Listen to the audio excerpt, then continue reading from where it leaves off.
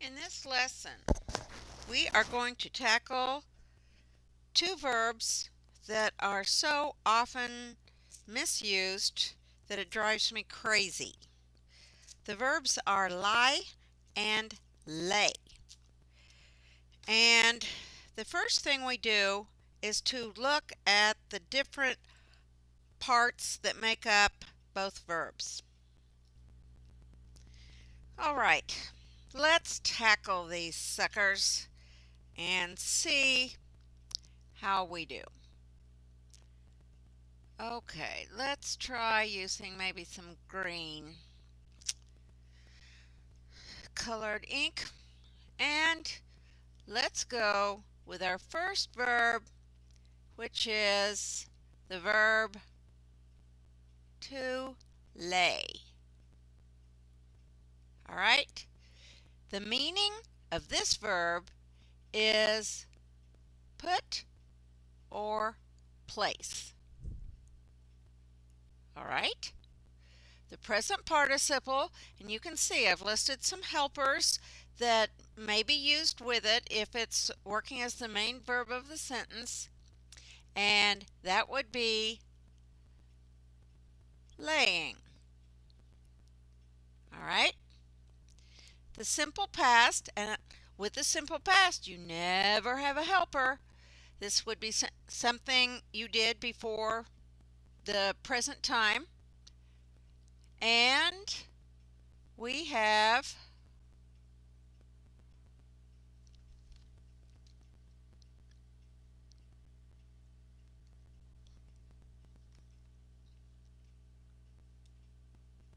we have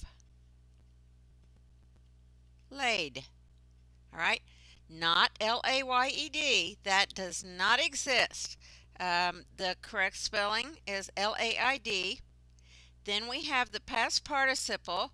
That's what you use if you have a helper such as has, have, had. And the nice thing about this one is it is the very same as the simple past. And the next question we're going to ask is about, does this verb take a direct object or not? Those that take direct objects are called transitive. Those who do not take direct objects are called intransitive. This verb always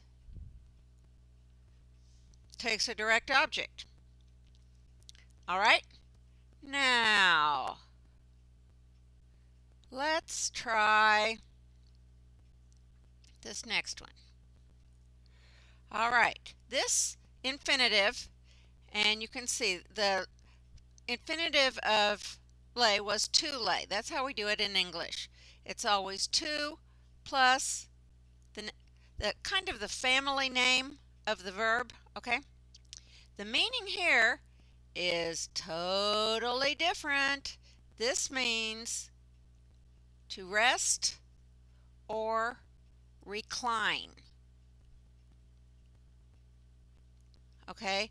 Kind of what you do in a bed. The present participle that you would use with a helper as the main verb is lying. All right? And this might be a good time to mention that I'm not meaning the definition here of not to tell the truth. I'm talking about a different verb. Okay, the simple past, and this is where it gets nightmarish. Unfortunately, the simple past of the verb to lie is lay.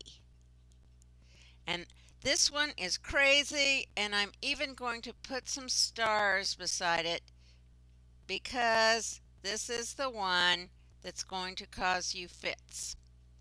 All right? And unfortunately, it happens to sound and be spelled exactly the way the infinitive of the other verb is, and that can really cause some confusion.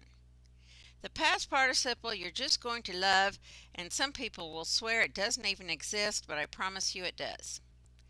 and that is lain. I have lain. The book has lain. The towels have lain on the floor, and that is the one that you need to use. And uh, in terms of the direct object, the verb to lie never takes a direct object. So we have lots of differences here between these two verbs. Now, one thing that I have to tell you is I can make the rest of this easy for you. And you can easily learn to do the step-by-step sort of process I'm going to teach you. But I cannot make you memorize these charts. And that is going to be key to making it easy and to getting this correctly into your head. You must learn to lay, laying, laid, laid, to lie, lying, lay, lain. Do yourself a favor and just memorize those 8 things. It's not that many. And keep them separate in your head. Know which 4 go together, and then that the other 4 go together. Okay, now I'm going to show you how easy it can be to figure out which one it should be. And eventually, if you do enough of these, you'll be able to go through this process very quickly. You can just do it mentally and make sure you're using the correct form even if you're speaking and doing it relatively quickly. With making the decision as to which one to use, you need to always, trust me, try, put, or place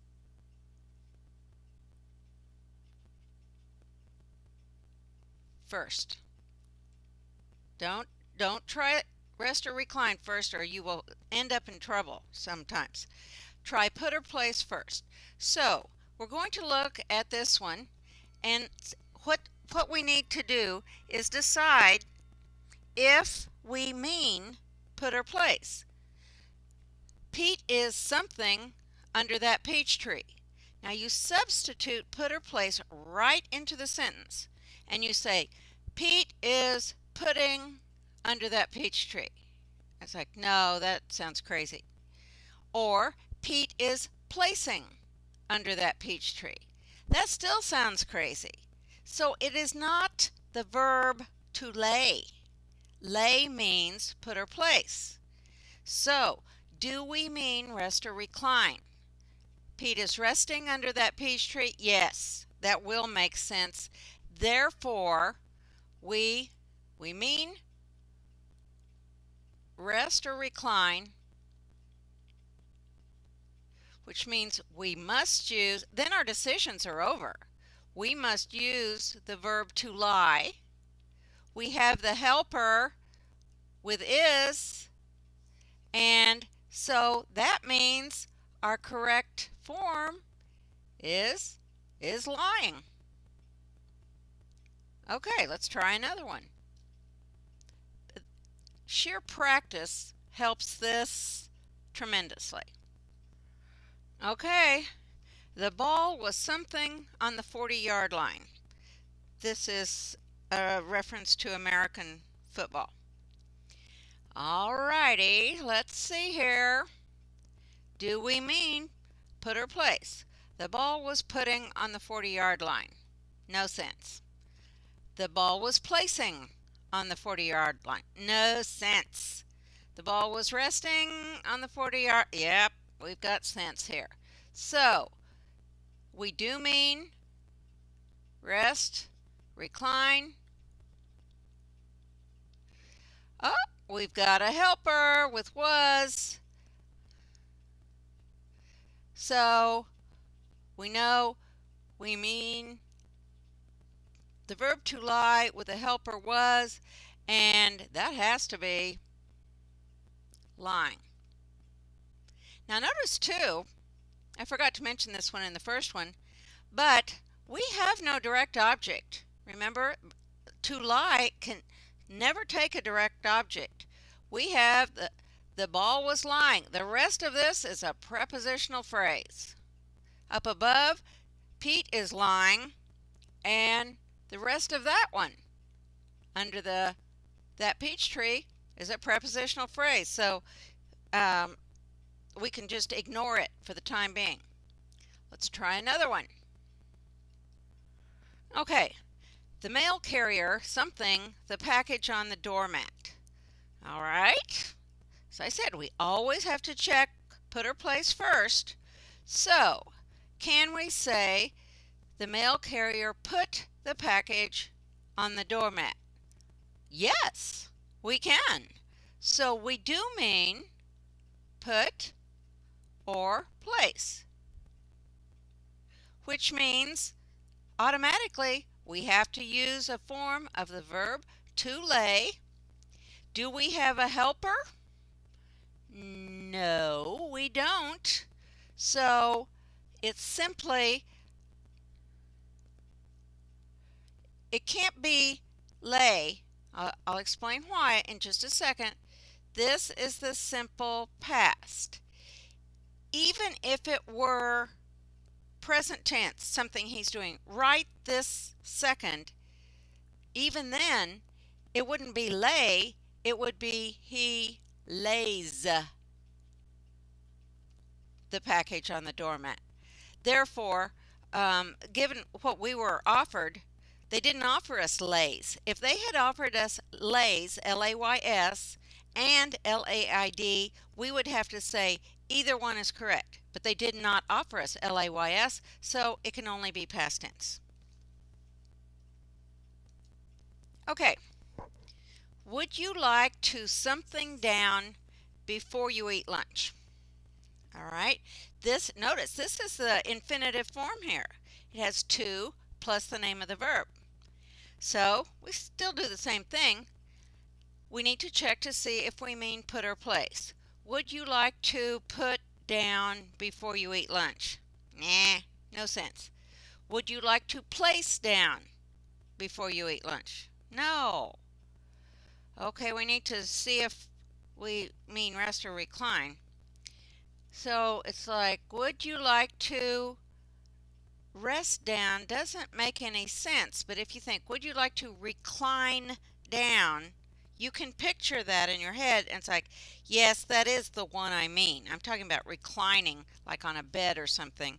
So what I'm wanting is the verb, the meaning rest or recline, which means no decision to make. I have to use the verb to lie, and the infinitive form of the verb to lie is